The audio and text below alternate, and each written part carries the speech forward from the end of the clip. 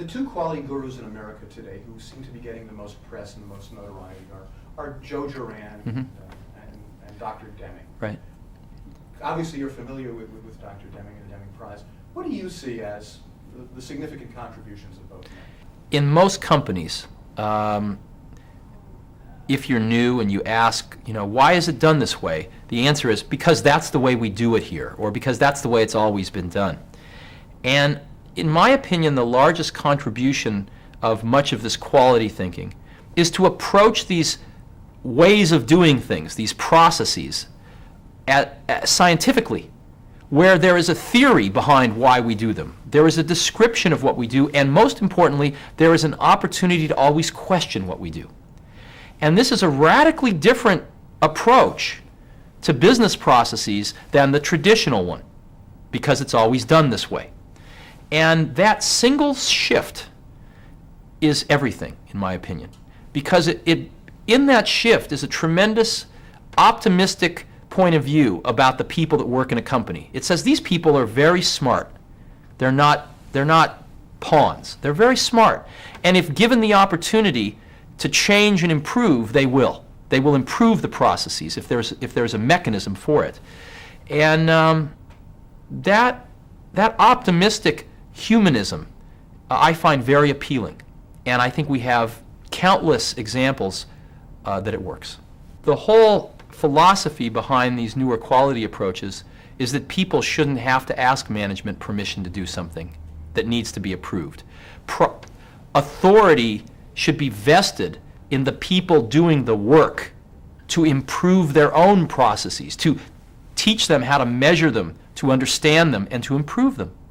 And they should not have to ask for permission to improve their processes.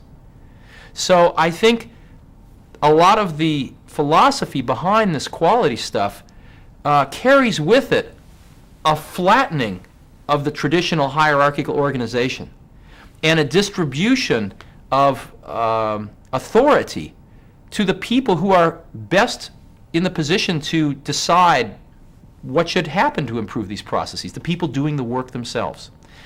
And so the permission that's given because of this quality philosophy is the permission to not have to ask permission.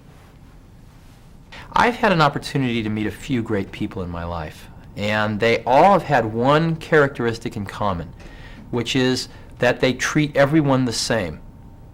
Whether it's the janitor or the president of the company, whether it's the president of the United States or someone in a rural slum, they treat them exactly the same.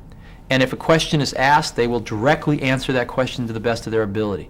The look in their eyes is exactly the same. And that was certainly true of Dr. Juran. Any question asked was the most important question that could have been asked at that moment as far as Dr. Juran was concerned. And the caring and straightforwardness that he expressed towards every individual made a big impression on us. Of course, his awesome knowledge of the subject, but beyond his awesome knowledge of the subject, the way that he viewed people so optimistically that even the most foolish question was addressed with the greatest desire to transmit what he had learned in his life.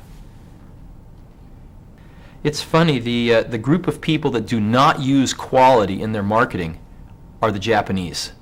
You never see them using quality in their marketing. It's only the American companies that do.